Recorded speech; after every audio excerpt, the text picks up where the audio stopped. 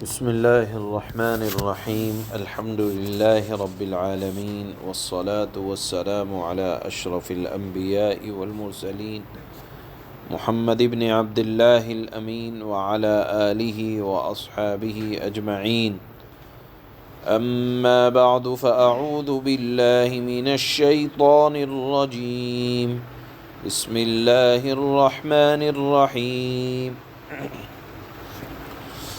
وعلى الذين هادوا حرمنا كل ذي ظفر ومن البقر والغنم حرمنا عليهم شحومهما إلا ما حملت ظهورهما أو الحوايا أو ما اختلط بعض ذلك جزيناهم ببغيهم وإنا لصادقون فإن كذبوك فقل ربكم ذو رحمة واسعة ولا يرد بأسه عن القوم المجرمين صدق الله مولانا العلي العظيم۔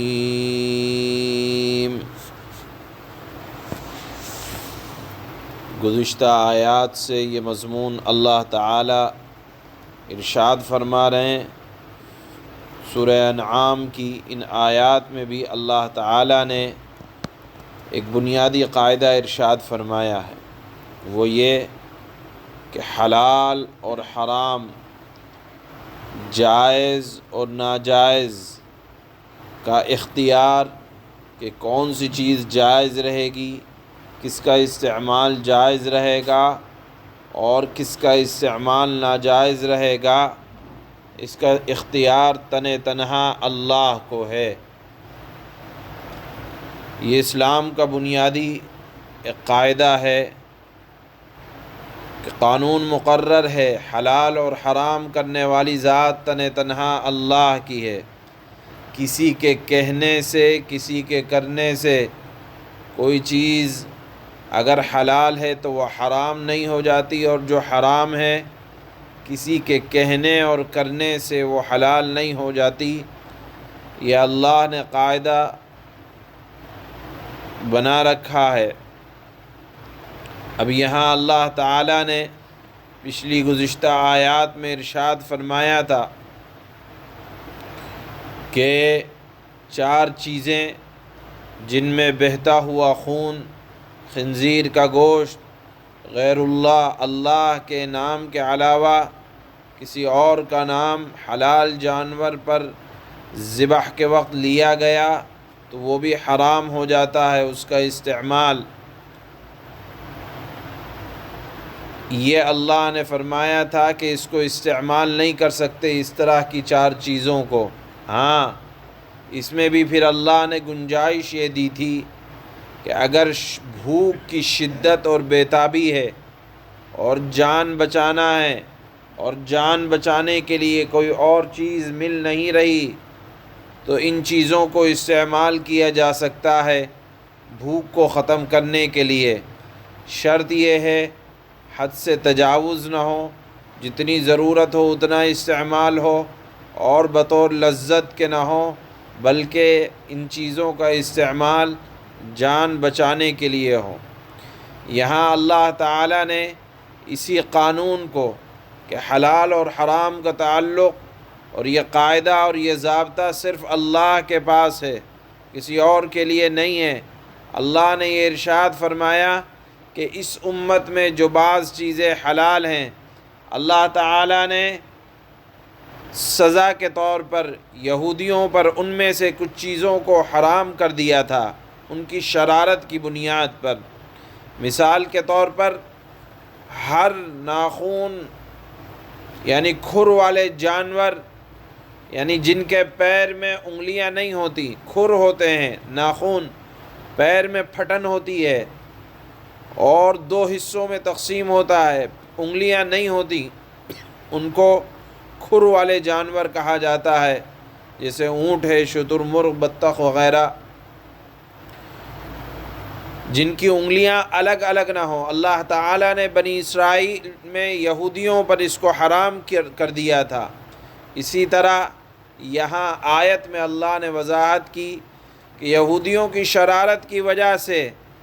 گائے اور بکری کی چربی ان کے اوپر حرام تھی، البتہ جو چربی ان جانوروں کی پیٹھ پر یا اتڑیوں پر یا گوشت کے ساتھ لگی ہوں تو اس کو استعمال کی اجازت تھی۔ تو یہاں بھی اللہ تعالیٰ نے یہ ارشاد فرمایا کہ دیکھو ان کے اوپر یہ اللہ نے حرام کیا تھا، ان کی شرارت کی بنیاد پر۔ معلوم یہ ہوا کہ کسی چیز کے حلال اور حرام ہونے کا تعلق یا کرنے والی ذات اللہ کی ہے، کوئی اور نہ کسی حلال چیز کو حرام کر سکتا ہے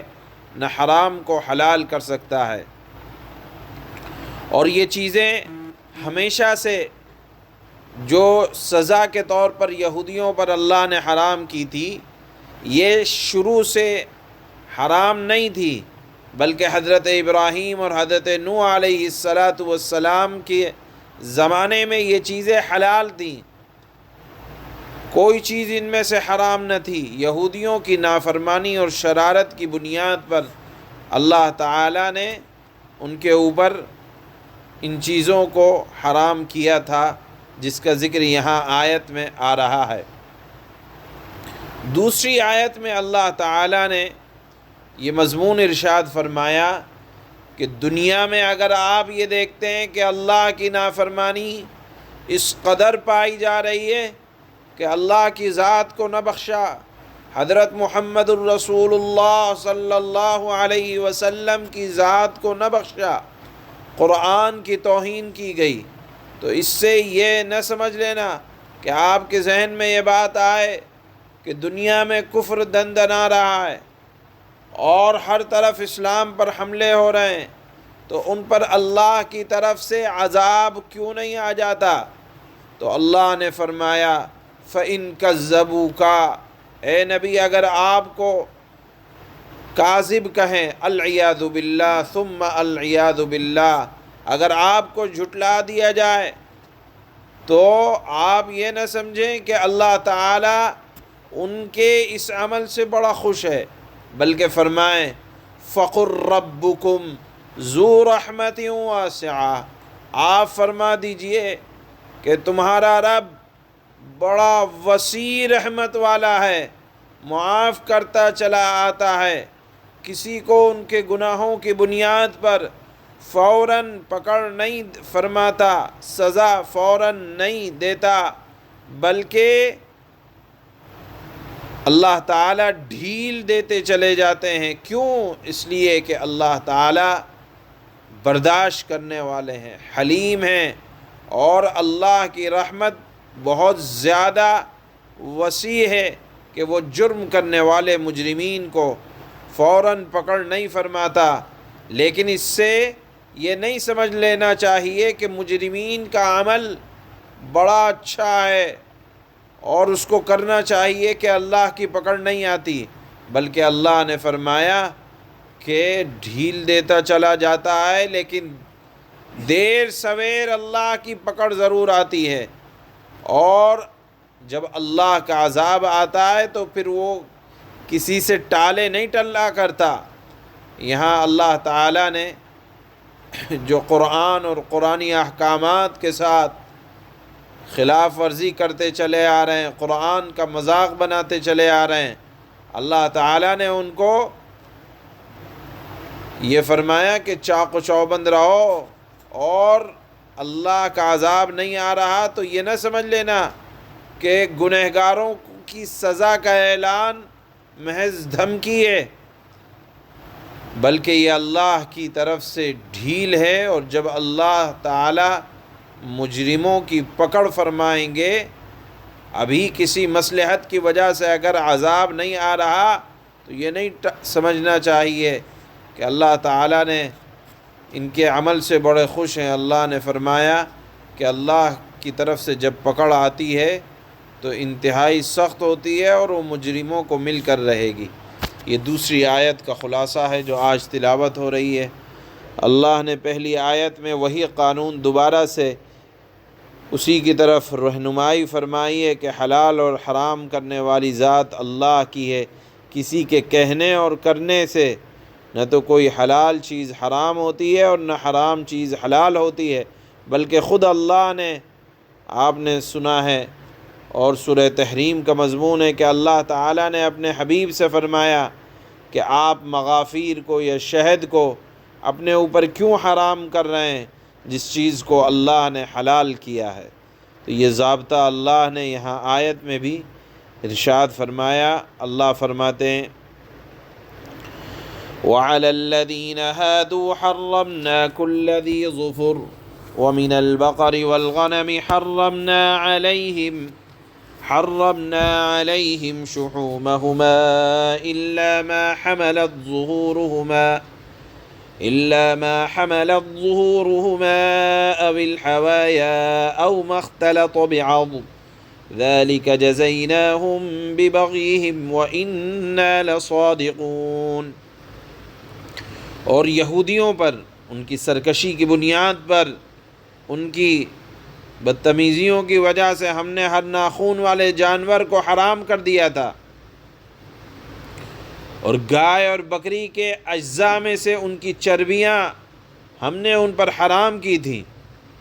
البتہ جو چربی ان کی پشت پر یا آنتوں پر لگی ہو یا جو کسی ہڈی سے ملی ہوئی ہو تو اس کے استعمال کی اجازت تھی، یا ہم نے ان کو ان کی سرکشی کی سزا دی تھی۔ اور پورا یقین رکھو کہ ہم سچے ہیں، اللہ فرماتا ہے ہم سچے ہیں۔ فَإِن كَذَّبُوكَ فَقُلْ رَبُّكُمْ ذُو رَحْمَةٍ وَاسِعَةٍ وَلَا يُرَدُّ بَأْسُهُ عَنِ الْقَوْمِ الْمُجْرِمِينَ۔ اے حبیب صلی اللہ علیہ وسلم، پھر بھی اگر یہ نافرمان آپ کو جھٹلائیں تو آپ اعلان کر دیں کہ تمہارا پروردگار بڑی وسیع رحمت کا مالک ہے، جلدی سے پکڑ نہیں کرتا۔ اللہ تعالی دنیا میں اللہ کے غصے پر، غضب پر اللہ کی رحمت بھاری ہے۔ اللہ نے فرمایا کہ اگر اس کی حکمت سے کوئی عذاب نہیں آ رہا تو وجہ یہ ہے کہ وہ بڑی وسیع رحمت کا مالک ہے، اور اس کے عذاب کو مجرموں سے ٹلایا نہیں جا سکتا، دیر سویر آ کر رہے گا۔ اللہ تعالی ہر جرم سے حفاظت فرمائے۔